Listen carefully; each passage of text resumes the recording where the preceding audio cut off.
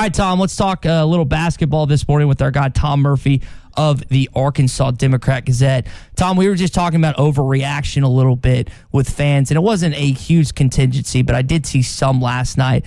Do you think people were overreacting to the loss last night to the LSU Tigers? Just frustrated. Well, of course, that's what they were doing, man. It's just like if you lay an egg in a football game, man, when you only have 12 of those, the reactions are going to be heated. And no, it was not a good performance. It was not a good shooting performance. And they just went to Baton Rouge and laid an egg. Baton Rouge, LSU was ready for them. Yeah. So, a lot of overreaction. So, and that's typical. So, Tom, there's now evidence of two of these. There was one against Missouri, now one against LSU.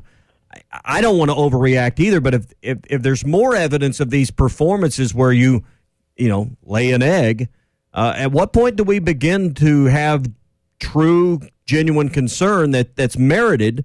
Because now we have supporting evidence of two performances by this team that should draw concern. Yeah, well, I don't know at what point that is. Eric Musselman has proven to be a high-quality coach, great coaching staff.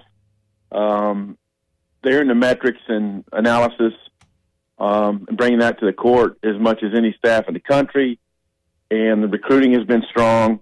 But you do not like seeing your team shoot in the low or mid-30s in 2 conference games out of 5. So that's a 40% rate of not playing well at all. LSU just did a great job. Will Wade talked about it on his the day before press conference that they did a deep study of Eric Musselman, and I thought it was more how to defend them, but I also think they looked real hard at Eric Musselman's defensive tendencies. And, boy, their guys were dribble drivers last night, so apparently that was the deal.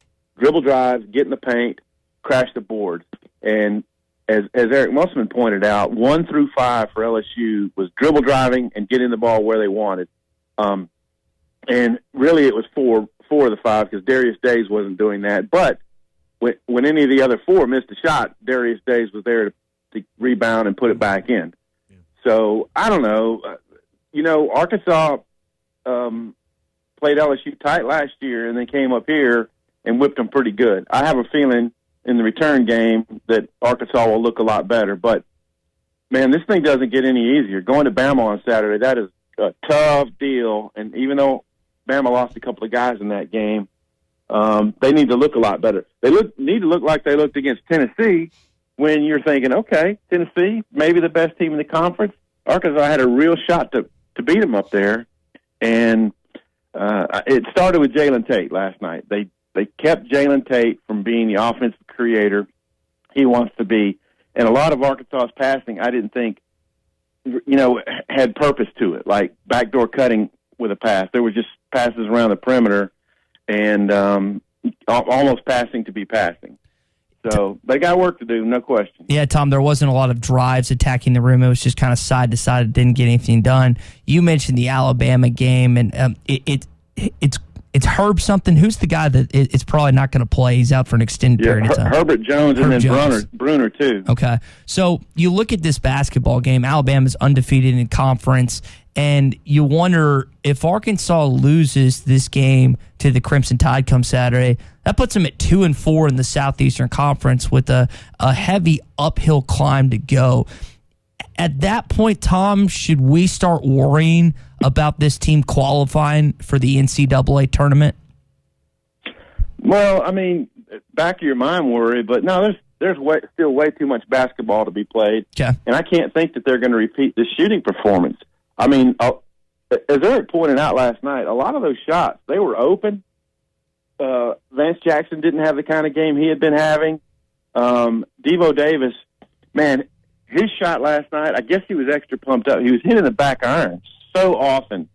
Another inch this way, and those are swishes. So I cannot see a repeat performance of how poorly they shot it. But what they have to do is figure out what LSU was doing to them and be ready to go to the next step. In the game, the chess game, to alleviate that.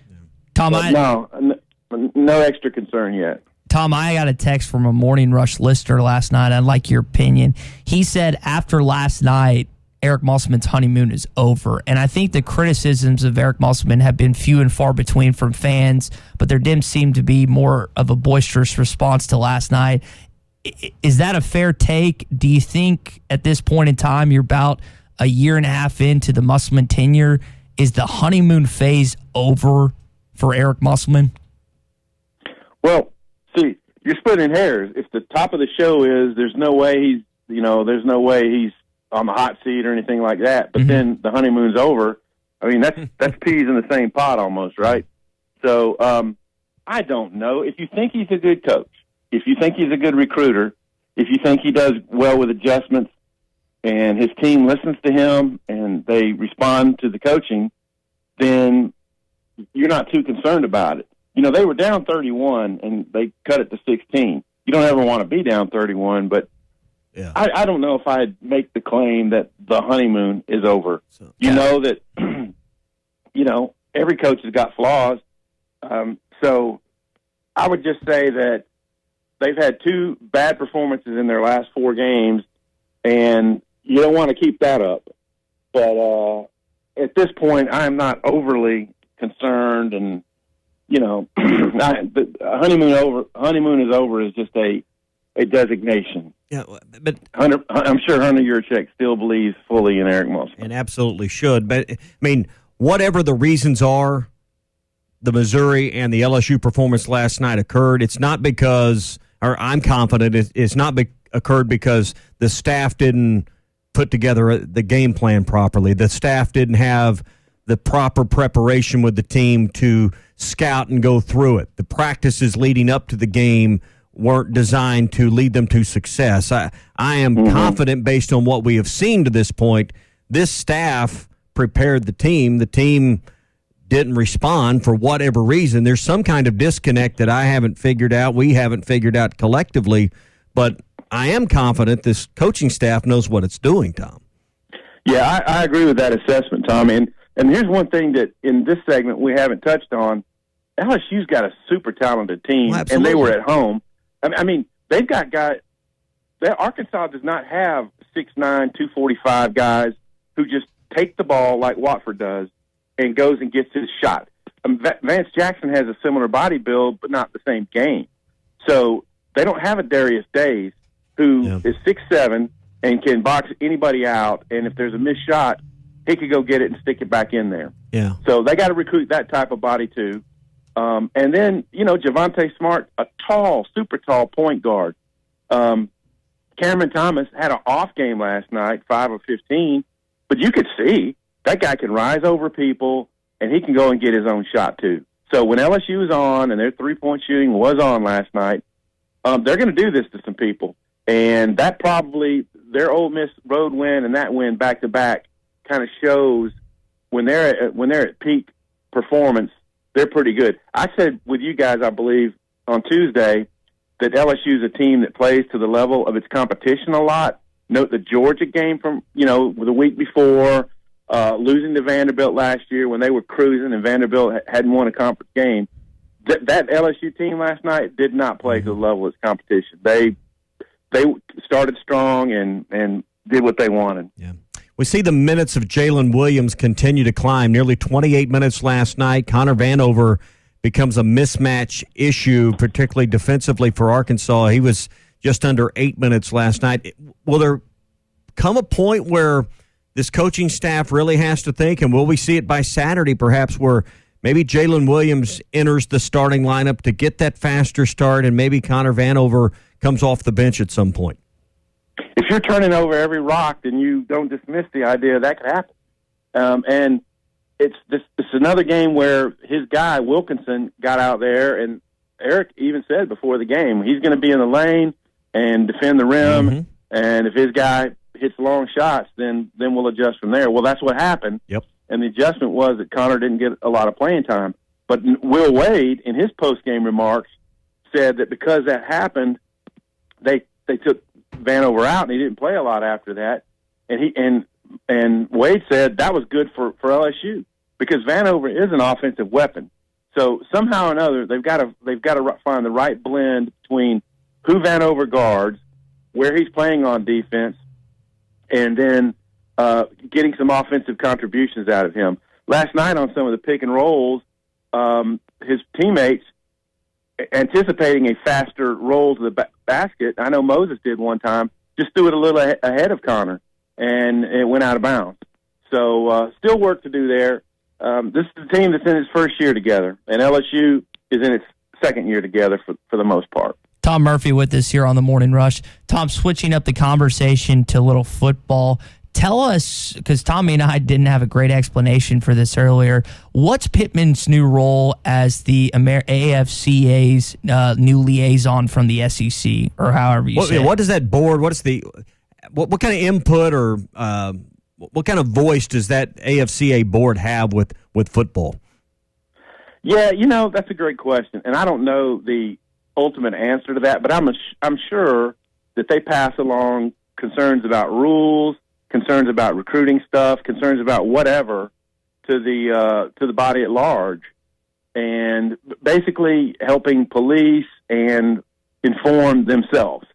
And so what I do take from it, though, is that in year one as a head coach, his peers think enough about Sam Pittman to have him in that position. Now, I don't anticipate it's something that takes away from a lot of his coaching duties, but as you guys know, being a head coach in a Power 5 is year-round now. I mean, when they take 8 or 10 days off at certain times of the year, like they just did in January, a very small break, and I think they get one in the summer, it's nonstop between the recruiting and coaching your team and looking for ways to improve.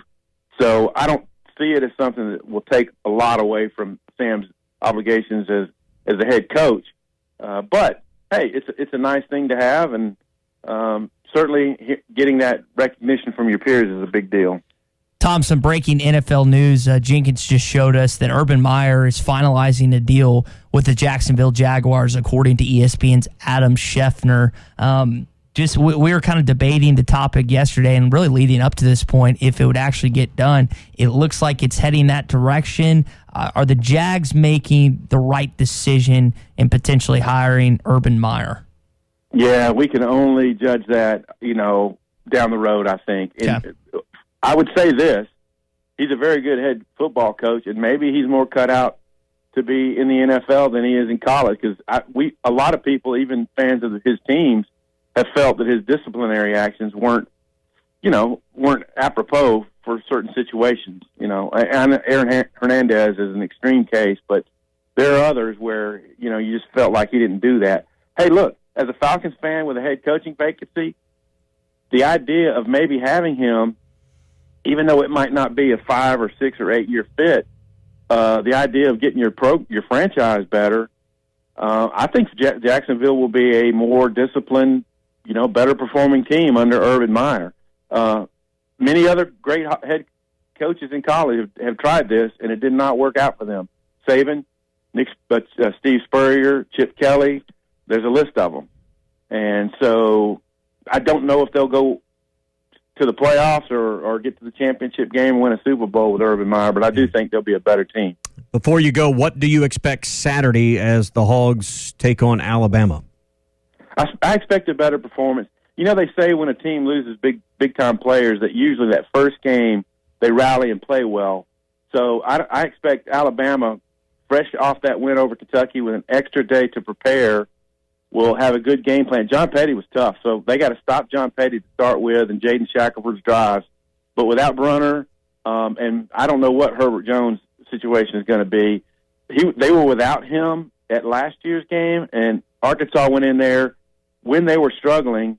I don't think they got much of anything out of Joe and beat them. So the Crimson Tide will be looking for a little payback on that one. I expect a much better performance from Arkansas, though. Tom, we appreciate it always, Buzz. We'll talk on Monday, hopefully after at least more competitive Arkansas-Alabama game this weekend. Yeah. Sounds good, y'all. Have a great weekend. All right, you as well. Good stuff from Tom.